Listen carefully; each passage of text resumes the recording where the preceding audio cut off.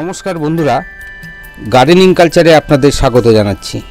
বন্ধুরা, জানুয়ারি মাসের শেষ সপ্তাহ, আমি জামরুল গাছ নিয়ে ভিডিও করছি, আমার ছাদ বাগানের জামরুল গাছ নিয়ে, এবং জামরুল গাছের যত্ন সম্পর্কে কিছু কথা বলবো।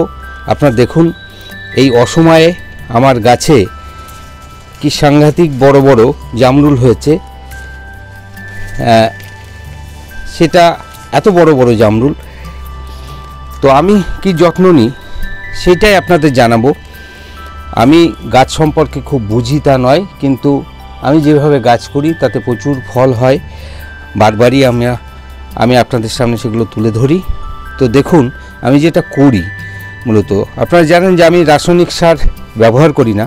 এই দেখুন, আমি এখানে এই যে সার, এটা গোবর সার, পাতা পচা, গোবর সার অথবা পাতা পচা দুটোই 50-50 মিশিয়ে দিতে পারি। কিছু শিংকুচি আর হাড়ের গুঁড়ো, এগুলো দিয়ে আমি মিশিয়ে রেখে দিই, এবং যখন ফুল আসার সময় হয় তার আগে আমি গাছের গোড়ায় দিয়ে, এভাবে গাছের গোড়ায়, গাছের মাটি বা গাছের সাইজ, টবের সাইজ এসব বুঝে মোটামুটি সার দিয়ে, এইভাবে সারটা আমি ছড়িয়ে দিয়ে আমি মাটিটা বেশ করে খুঁড়ে দিই, এভাবে খুঁড়ে দিই। তো এটা হচ্ছে আমার একমাত্র যত্ন।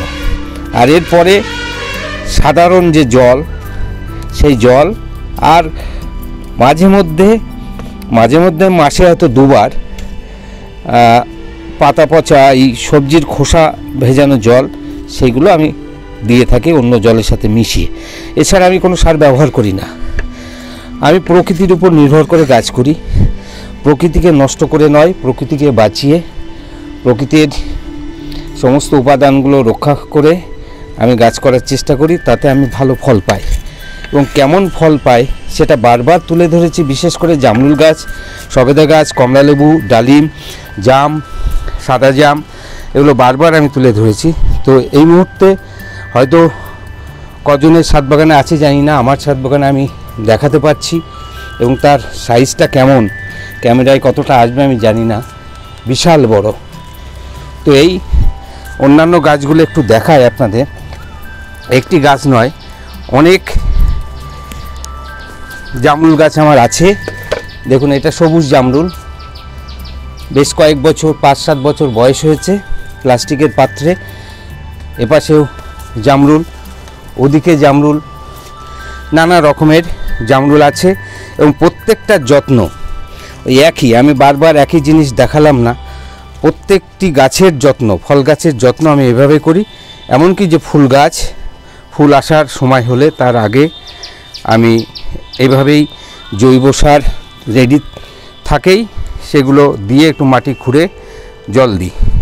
তো এইভাবে আমার গাছে প্রচুর ফল আসে। জামরুল গাছে ফুল আসা শুরু হয়ে গেছে, সময় হয়ে গেছে, এগুলো এখনও আসেনি।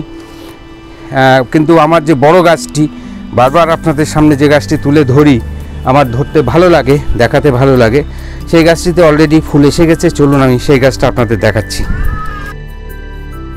বন্ধুরা, আমার বেডে যে বড় জামরুল গাছটি আছে সেটা আপনাদের সামনে এখন তুলে ধরছি। বারবারই দেখিয়েছি, বেশ কয়েক বছর বয়স হলো, প্রত্যেক বছরে অজস্র জামরুল হয়, সেটাও তুলে ধরার চেষ্টা করি।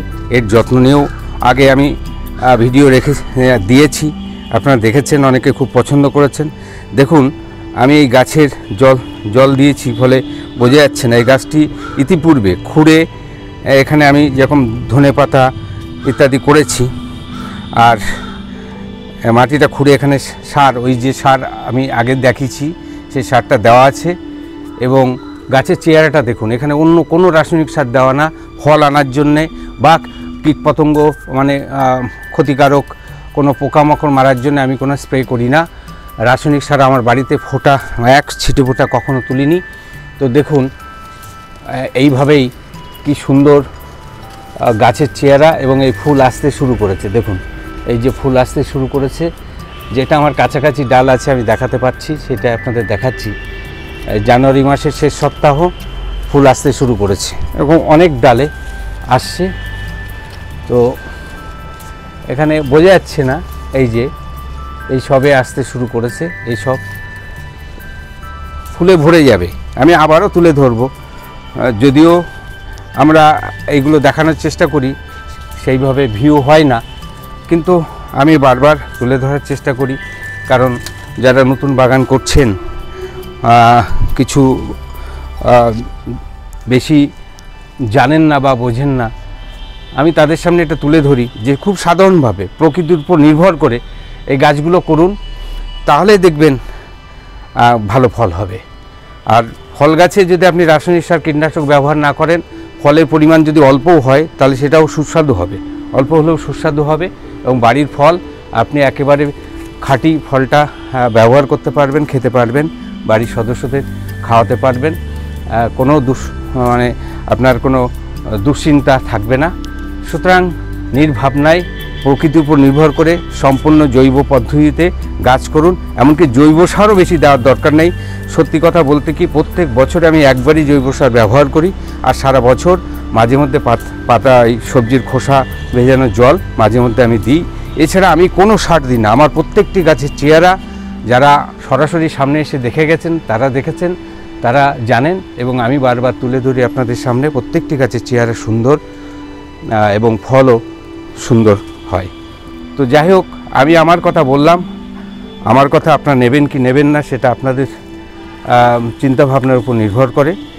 তবে যদি চেষ্টা করে দেখতে পারেন, অন্তত একটি দুটি গাছের ক্ষেত্রে সম্পূর্ণ রাসায়নিক সার কীটনাশক মুক্ত পরিচর্যা করে দেখতে পারেন, কি রেজাল্ট আসে।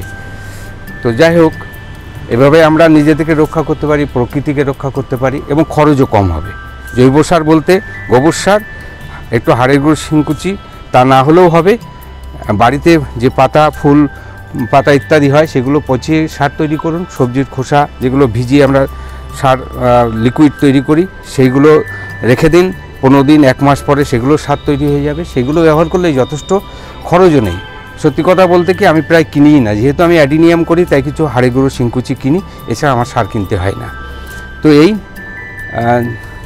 কেমন লাগলো জানাবেন।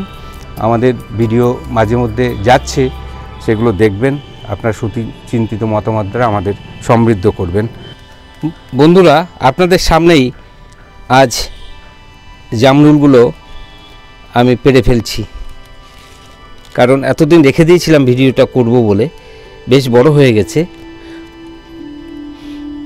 পেপার দিয়ে আটকানো ছিল, সেজন্য পাখি এখনও খুঁজে পাইনি। তো যাই হোক, আপনাদের সাক্ষী রেখে আমি এটাকে পেড়ে নিলাম। দেখুন, 4 আর 4 8 9টি জামরুল, কত বড় বড় জামরুল দেখুন, অসময়ের জামরুল। ছোট্ট একটা গাছে আমার নিজের হাতে তৈরি কলম।